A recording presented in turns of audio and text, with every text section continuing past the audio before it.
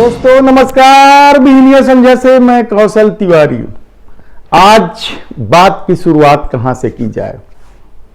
झोला उठाकर चल देने की बात करने वाले उस गरीब प्रधानमंत्री की बात करें जिनका आज जन्मदिन शाही अंदाज में मनाया जा रहा है, या हींग लगे न फिटकरी रंग चोखा की कहावत को चरितार्थ करने वाले गौतम अडानी की बात करें, या बात करना चाहिए उनमें बिजनेस को शामिल करने वाले मनमाने टैक्स की वजह से परेशान जनता की। कहां से बात की जाए। चलिए कहीं से तो शुरुआत करना है, तो हम बात कर लेते हैं हींग लगे ना फिटकिरी रंग चोखा। एक ऐसी कहावत है जो किस संदर्भ में कही गई होगी यह अंदाजा लगाना मुश्किल है, लेकिन यह कहावत अब पूरी तरीके से दुनिया के दूसरे नंबर पर पहुंच चुके अमीर व्यक्ति गौतम अडानी पर पूरी तरीके से फिट बैठता है।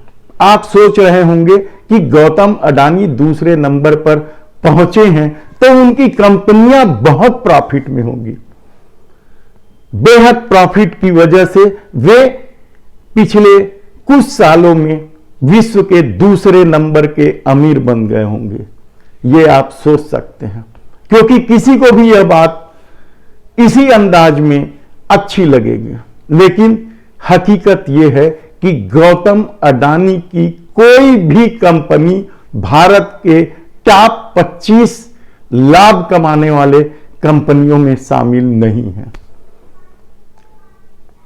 है ना। हैरान होने वाली बात। 50 क्या 50 कंपनियां भी निकालेंगे तो लोग तो ये कहते हैं कि गौतम अडानी की कोई भी कंपनी प्रॉफिट में नहीं चल रही है। मोदी सरकार के कार्यकाल में उसने हर सेक्टर पर अपना प्रभाव जमाया, अपनी बोली लगाई और बिजनेस किया। जमीन से लेके आसमान तक होने वाले आप सारे बिजनेस में उनकी दखल या प्रभाव को महसूस कर सकते हैं। कोयला खदान हो, ऊर्जा का क्षेत्र हो, संचार का क्षेत्र हो, चाहे सार्वजनिक क्षेत्र की जो कंपनियां भारत सरकार बेच रही है उसको खरीदने का क्षेत्र हो, बंदरगाह देख लो, हवाई जहाज अड्डे देख लो, रेलवे देख लो, गोदाम देख लो, आपको सब तरफ अडानी की कंपनियां नजर आएंगी। लेकिन कोई भी कंपनी प्रॉफिट में नहीं है, कहा जाए तो गलत नहीं होगा, लेकिन वे दुनिया के दूसरे नंबर के अमीर बन गए। कैसे बने यह एक अलग कहानी है, लेकिन जिस देश की अर्थव्यवस्था बदहाली में है, जिस देश का टोटल बजट को लेकर हमेशा ही भारत गौरवान्वित महसूस करता है, उसके दूसरे नंबर के अमीर गौतम अडानी की हकीकत यह है कि कहा जाए कि वह दूसरे नंबर का रईस बने हैं केवल कर्ज लेकर। 2,60,000 करोड़ रुपए से अधिक का कर्ज गौतम अडानी और उनकी कंपनियों के नाम है, और शायद इन्हीं कर्ज की वजह से वह दुनिया के दूसरे नंबर के सबसे अमीर व्यक्ति बन गए हैं। कहा जाए तो गलत नहीं होगा। सोचिए, एक व्यक्ति को इस तरीके से कर्ज दर कर्ज लगातार दिया जा रहा है, जिनकी कंपनियां प्रॉफिट में कहीं खड़े नहीं होती है। भारत के टॉप 25 जो लाभ कमाते हैं, टाटा हैं, उसमें IDFC बैंक हैं, खुद भारत सरकार के सार्वजनिक क्षेत्र की कंपनियां भी मुनाफे में हैं जिसे बेचा जा रहा है, लेकिन अडानी की कंपनियां उन मुनाफे के दौर में शामिल नहीं है। उसके बाद भी उन्हें कर्ज पर कर्ज दिया जा रहा है, तो आने वाले दिन क्या मुसीबत के संकेत हैं। निश्चित रूप से यदि गौतम अडानी ने कह दिया कि मुझे बिजनेस नहीं करना और अपनी कंपनियां उठा के बेच दी, और तो बैंक बैठ जाएगा, खत्म हो जाएंगे। ये है गौतम अडानी के दूसरे नंबर के अमीर बनने की कहानी। लेकिन ये मोदी सरकार है, उसके अपने शाही अंदाज हैं, और उसके शाही अंदाज में कॉरपोरेट सेक्टर को मनमाना छूट और आम लोगों पर मनमाना टैक्स। महंगाई बढ़ने की वजह हमने कल भी कहा था, सिर्फ 2 वजह है। एक, पेट्रोल डीजल पर खून निचोड़ने वाला टैक्स, और दूसरा, जरूरत की मूलभूत वस्तुओं पर मनमाने जीएसटी। इसके अलावा बाकी जो भी वजहें गिनाई जा रही हैं वे बेमानी है, कहा जाए तो गलत नहीं होगा। लेकिन ये मोदी सरकार का दौर है, जहां प्रधानमंत्री नरेंद्र मोदी के नाम पर अब खुद सब कुछ लिखा पढ़ा जाने लगा है। आप यकीन नहीं करेंगे, लेकिन देश बदहाली की स्थिति में है। आम लोगों के लिए जीवन जीने की तकलीफ बढ़ गई है।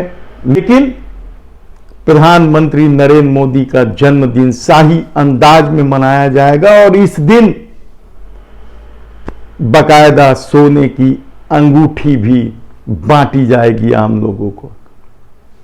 ये है शाही अंदाज। इससे भीतर आपको याद है कि नहीं है, गुजरात में एक स्टेडियम का नामकरण भी प्रधानमंत्री नरेंद्र मोदी के नाम किया गया था।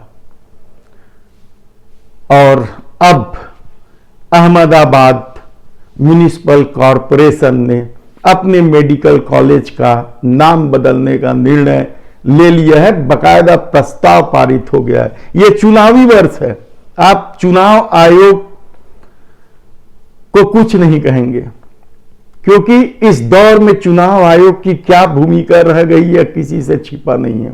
लेकिन अहमदाबाद महानगर पालिका ने प्रस्ताव पारित कर दिया कि एएमसी अहमदाबाद म्युनिसिपल कॉरपोरेशन अस्पताल का नाम अब देश के प्रधानमंत्री नरेंद्र मोदी के नाम पर होगा। यह है जन्मदिन मनाने का शाही अंदाज, और आप भी बधाई दे सकते हैं देश के प्रधानमंत्री नरेंद्र मोदी को उनके जन्मदिन पर। अपनी एक कहानी है, आम लोगों का अपना दर्द है, सत्ता का अपना चरित्र है। भ्रष्टाचार किस तरीके से सेलेक्टिव हो गया है, सिस्टम का हिस्सा हो गया है, यह आप यकीन नहीं करेंगे। पेगासस का सच आपके सामने कब आएगा यह भी आप नहीं जानते, जिसके तहत जिस हथियार के माध्यम से लोगों को निशाना बनाया गया, जिस हथियार के माध्यम से